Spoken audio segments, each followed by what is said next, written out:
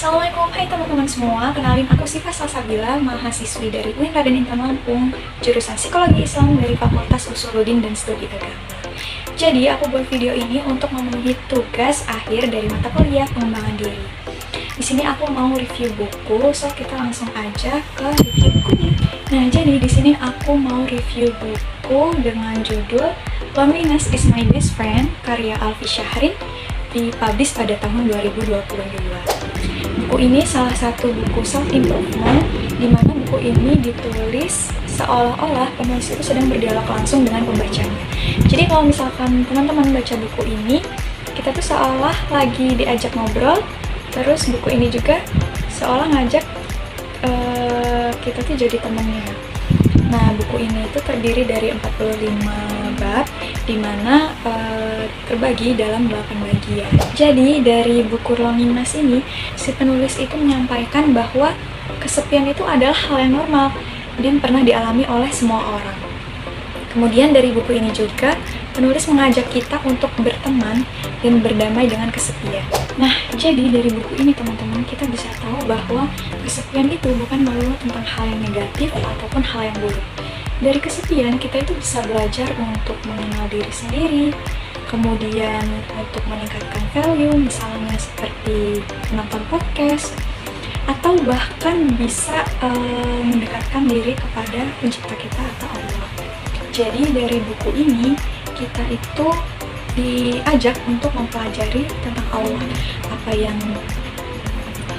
Allah suka, apa yang Allah nggak suka, dengan harapan kita itu bisa dapat kasih sayang darinya dengan apa yang udah kita usahakan. Nah, di buku ini juga salah satunya dijelasin bahwa dunia itu memang sifatnya sementara.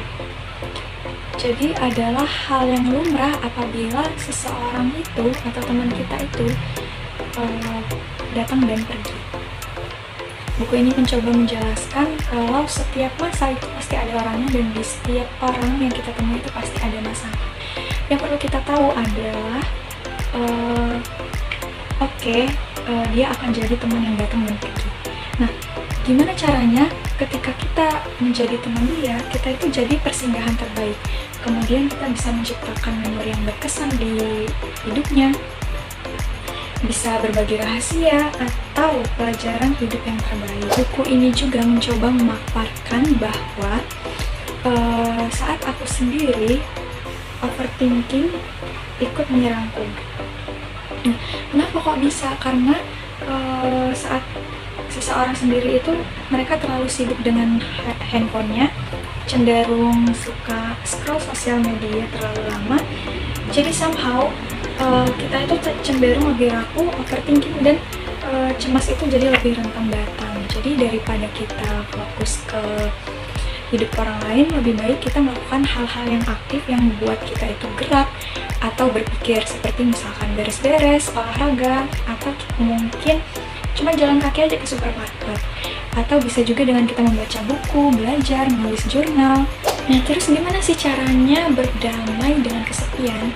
Nah, di buku ini juga dijelasin di bab 40, yaitu cara paling ampuh berdamai dengan kesepian, yaitu dengan cara mencari dan menghubungkan kepingan-kepingan puzzle. Jadi penulis itu menganggap bahwa kesepian itu seperti puzzle raksasa, di mana kita tuh harus bisa mencari dan menghubungkan kepingan-kepingan tersebut, yaitu dengan keluarga yang hangat, kemudian teman yang suportif, atau kasih sejati, tapi itu termasuk kepingan yang eksternal. Kemudian penulis juga menyampaikan bahwa kepingan puzzle yang lebih kokoh itu yaitu hubungan baik dengan diri sendiri, dan kepingan puzzle yang paling kokoh adalah dengan mengingat Allah. So ya, jadi dari buku Loneliness ini penulis mencoba untuk mengajak kita berdamai dengan kesepian itu sendiri, menerima kesepian, dan gimana caranya supaya kita lebih peduli terhadap diri sendiri, lebih bisa mengenal diri sendiri, bisa menjadi sahabat yang terbaik bagi diri kita sendiri, dan bisa meningkatkan value untuk diri kita sendiri. Karena sebaik-baiknya teman dan sahabat adalah diri kita sendiri. Jadi segitu aja video aku untuk review buku Loneliness is My Best Friend. Sampai jumpa di video berikutnya.